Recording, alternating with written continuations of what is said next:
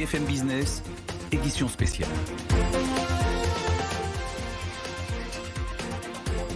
Bonsoir à tous, bienvenue ici au Salon du Bourget où nous sommes installés depuis ce matin, vous le savez, 55e Salon du Bourget. Un Salon du Bourget qui s'ouvre dans des conditions un peu particulières, tensions internationales, évidemment avec les guerres, plusieurs fronts de guerre et puis ce qui s'est passé avec l'accident du Boeing. Bonsoir Marouane Aouda. Bonsoir Edwige Chevrillon. Merci d'être avec nous. Vous êtes président d'honneur du GIFAS, un ancien dirigeant bien sûr de ADS, enfin Airbus.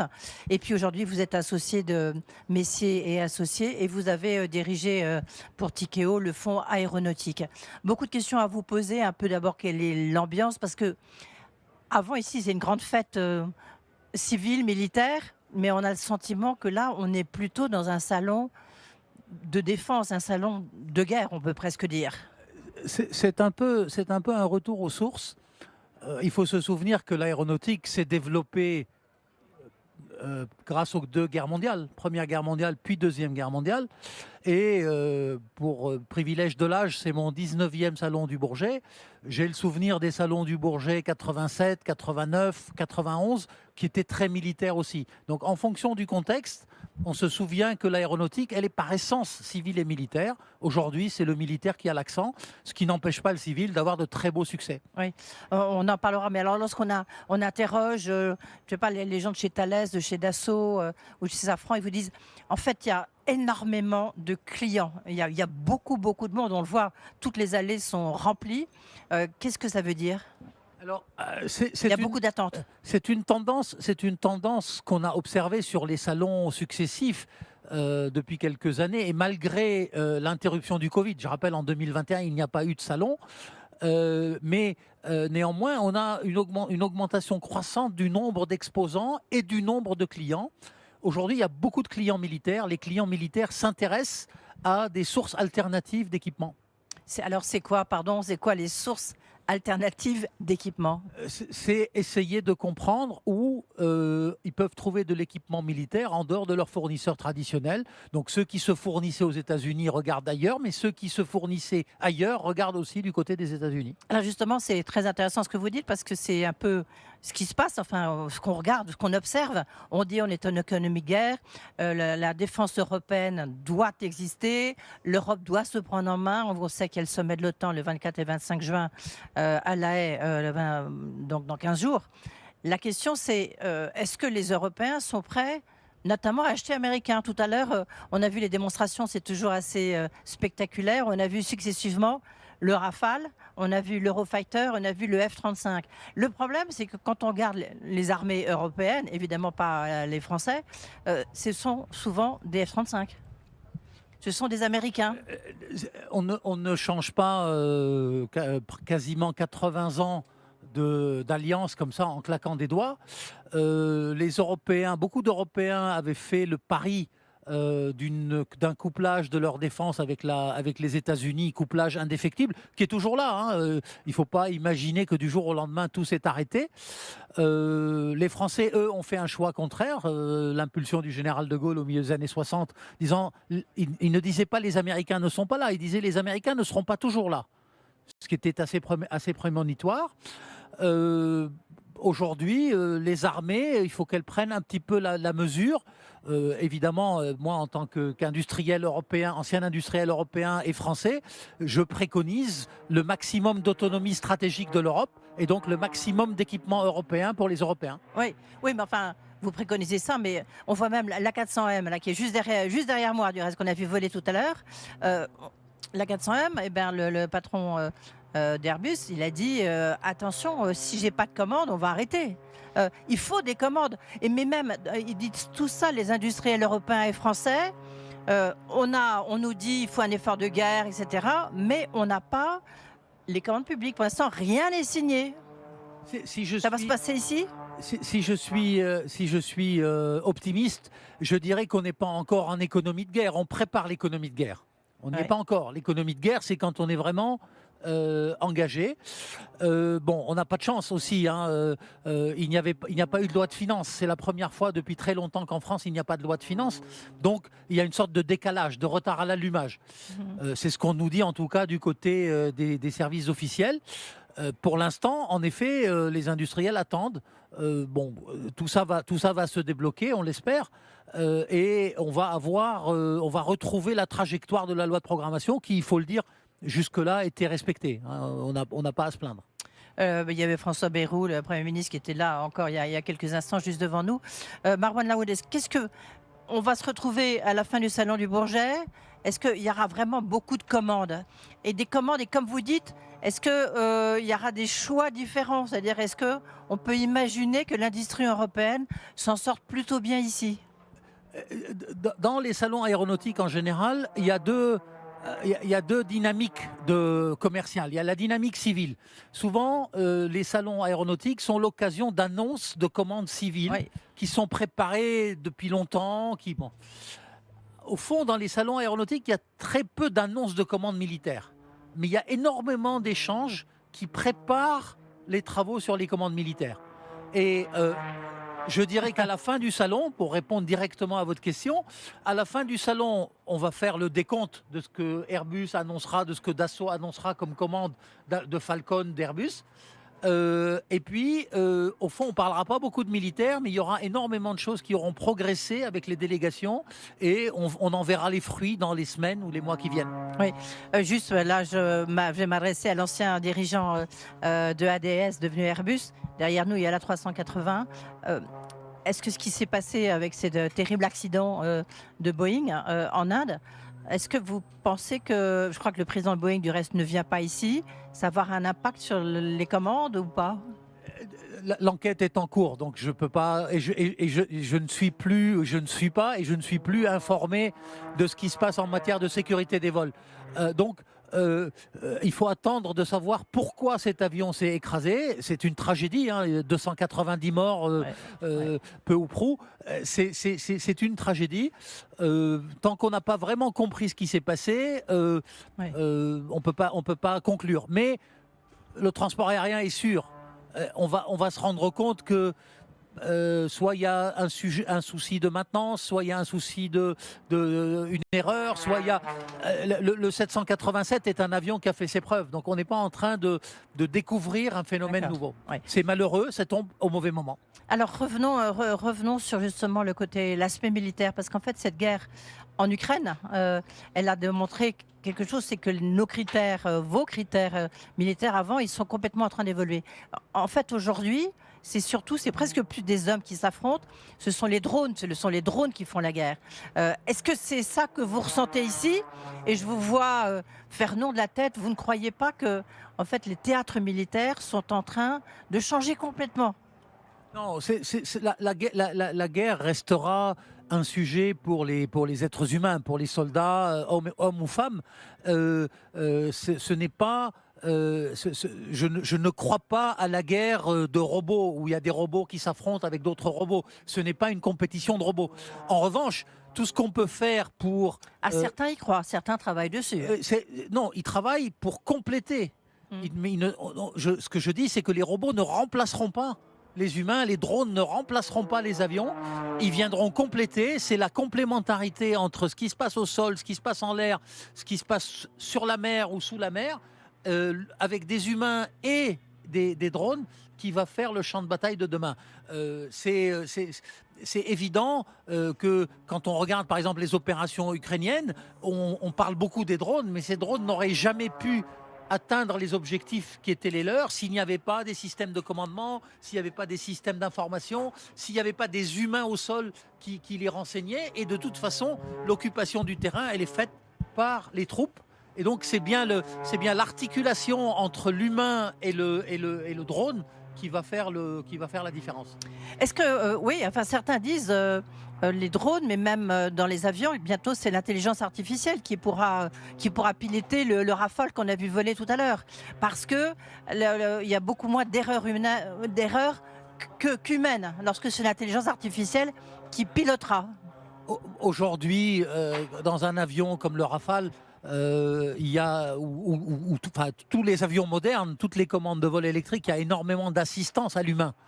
Et il y a énormément tout ce qui est commande de vol électrique, tout ce qui est calculateur, tout ce qui est système de navigation, font que je ne sais pas si on peut appeler ça des intelligences artificielles. Je ne sais pas ce que c'est l'intelligence artificielle, si ce n'est l'aide à l'humain. Moi, je suis convaincu que l'homme reste au centre du champ de bataille. Les drones, je reviens sur les drones, enfin les avions furtifs. On a vu celui de Dassault, il est exposé. Il y a aussi les drones furtifs. C'est là-dessus pardon, que ça va se jouer. Si vous avez eu la chance, comme je viens d'avoir, de vous faire expliquer par Dassault comment va fonctionner le drone furtif, Oui. qu'ils viennent de dévoiler, ils disent bien que c'est le système avion-drone. Et donc c'est la complémentarité qui va exister entre les deux, mais à l'évidence c'est une aide majeure, c'est un multiplicateur de force majeure pour tout le système aérien de combat moderne. Oui. Vous avez travaillé, je le disais, sur le fonds pour investir, le fonds Tikeo pour investir dans l'aéronautique. L'industrie française, est-ce qu'elle est en pointe dans cette bataille? Parce que c'est ce qu'on entend, c'est ce qu'on dit, on est là cocorico, mais est-ce que c'est la réalité? Alors aujourd'hui, il est indéniable qu'on est dans le Leader. peloton de tête, pour pas dire qu'on est en tête. Et on est très bon, on est excellent. C'est dur à dire, mais de temps en temps, il faut le savoir. Il faut le dire. De temps en temps, il faut le savoir. Mais moi, je dis que cette position, c'est le résultat de 40, 50 ans d'efforts, 50 ans d'investissement public et privé. De l'argent public, de l'argent privé, des ingénieurs, des dizaines, des centaines d'ingénieurs, des générations de techniciens qui ont travaillé. Et cet effort, en fait, aujourd'hui, on ne fait que récolter les fruits. Nous sommes les héritiers, finalement, de cet effort-là. Et ce qui me fait peur, moi, quand on dit qu'on est les meilleurs, c'est qu'on dise mais non, tout va bien et qu'on baisse la garde, qu'on diminue l'effort, en particulier en matière de recherche et de développement, et que nos enfants ou nos petits-enfants ne puissent pas dire comme nous qu'ils sont les héritiers de 40 ans d'efforts. Oui. Ça, c'est un point important et vous connaissez comme moi les contraintes budgétaires. Dans ce salon du Bourget, vous avez toute la polémique autour des exposants d'Israël, mais il y a aussi, est-ce qu'il y a des Russes ici? Est-ce qu'il y a des exposants russes? Il n'y a pas de Russes. Il n'y a pas de Russes? Est-ce que comme ça, il y a des pays que vous avez choisis, exclus? Non, en fait, on choisit pas comme ça. Nous, on s'inscrit dans la politique étrangère française. On s'inscrit dans la politique étrangère européenne. Et donc, quand il y a un embargo ou quand il y a une décision même limitée, par exemple, il y a beaucoup d'industriels chinois. Il n'y a jamais eu autant d'industriels chinois. Mais depuis Tiananmen, il y a un embargo sur les armes. Donc, les industriels chinois, ils ne sont que civils. Il n'y a pas d'industriels militaires chinois. Et ils n'exposent pas de militaires. Oui, en même temps, c'est difficile parfois de faire la différence entre le civil et le militaire. Marwan Laoued, est-ce que vous pensez que l'industrie aérienne, ou l'industrie de défense plutôt, pardon, aéronautique, elle va réussir à s'en sortir plus que l'industrie automobile française? Si je vous pose la question, c'est qu'on commence déjà à voir Renault qui va travailler, qui va venir en appui sur certains secteurs de l'aéronautique. C'est peut-être la porte de sortie pour l'industrie automobile. Il n'y a pas de miracle. Ce qui fait le succès d'une industrie, c'est trois choses. C'est un niveau très élevé de technologie et un effort de technologie permanent pour préparer la génération de demain, la génération d'après-demain. On en a déjà parlé. La deuxième chose, c'est une organisation industrielle, une organisation de la supply chain, donc de la chaîne de fournisseurs, qui permettent de répondre à la demande. Aujourd'hui, on a des demandes de partout, mais la difficulté, c'est est-ce qu'on est capable de répondre à la demande. Et la troisième condition, c'est que l'environnement économique, le coût du travail, la fiscalité, la stabilité de toutes ces conditions-là soient assurées pour qu'on puisse faire des prévisions qui vont au-delà de la prochaine loi de finances ou de la prochaine, voire de la prochaine Assemblée nationale. Oui, ça c'est compliqué. L'Allemagne a donc mis, dans le cadre de cet effort militaire et l'effort de défense, mais pas que, bien sûr, 500 milliards d'euros sur la table. Est-ce qu'on peut imaginer que les Français et les Allemands travaillent de conserve? Ils ont travaillé, c'est une situation qui n'est pas nouvelle. La naissance d'Airbus en 70, c'est les Français et les Allemands qui décident de travailler ensemble. Rien ne les obligeait à l'époque à travailler ensemble. Une situation qui n'était pas analogue à ce que nous connaissons aujourd'hui. Les deux avaient les moyens. Et on a travaillé ensemble et ça a donné quelque chose qui a réussi. Aujourd'hui, on peut travailler ensemble. Il ne faut pas se tromper. Il ne faut pas penser que les Allemands paieront pour nous. Ça, c'est la faute française. Et il ne faut pas, comme les Allemands, penser que on va travailler ensemble, c'est-à-dire on va tout faire en Allemagne. Peut-être en conclusion, est-ce que ce salon du Bourget, il est devenu le premier salon au monde, on peut le dire, hein, là c'est le cas. Est-ce que pour vous plutôt, ce salon, est-ce qu'il est décisif sur les prochaines années? C'est un rendez-vous incontournable. Oui, mais ça, d'habitude, hein, c'est le 55e, mais vous dites, vous en avez été à 19. Mais est-ce que celui-là, il est quand même très particulier? Il est très particulier à cause justement de du poids du militaire qui, pour la première fois, est vraiment marquant. La première fois depuis très longtemps. Comme je le disais, les salons des années 90 étaient très militaires. Aujourd'hui, on revient à une logique où tout le monde se rend compte que le militaire est très important. Et donc, il y a une sorte de tournant qu'il faut prendre. Oui. Le fait d'avoir ce sommet de l'OTAN le 24 et 25 juin prochain à La Haye, est-ce que ça pèse ou au contraire, je veux dire, ça joue dans ce salon du Bourget? Parce que l'OTAN, c'est quand même ça va être un moment où on va mettre un peu les compteurs à zéro. Alors, on ne le sent pas aujourd'hui dans le salon. Ce n'est pas directement sur le salon que ça pèse. Mais il est évident que le sommet de l'OTAN dans une semaine, hein, Oui. Hein, le sommet de l'OTAN dans une semaine, on va relever les compteurs d'une certaine manière pour voir quel est le niveau d'engagement américain. Et on va poser les bonnes questions sur finalement quel système de défense pour l'Europe demain. Oui, mais enfin, je veux dire, pardonnez-moi, mais vous me surprenez un peu. C'est-à-dire que je pense que l'Europe n'a peut-être pas besoin des Américains pour savoir quel niveau de défense elle doit avoir. Non, je me suis peut-être mal exprimé. Je ne dis pas on a besoin ou pas besoin des Américains, mais on va savoir s'ils sont là ou s'ils ne sont pas là. Moi, je pense que... Je suis convaincu qu'il faut faire tout ce qu'on a à faire en considérant qu'ils ne seront pas toujours là.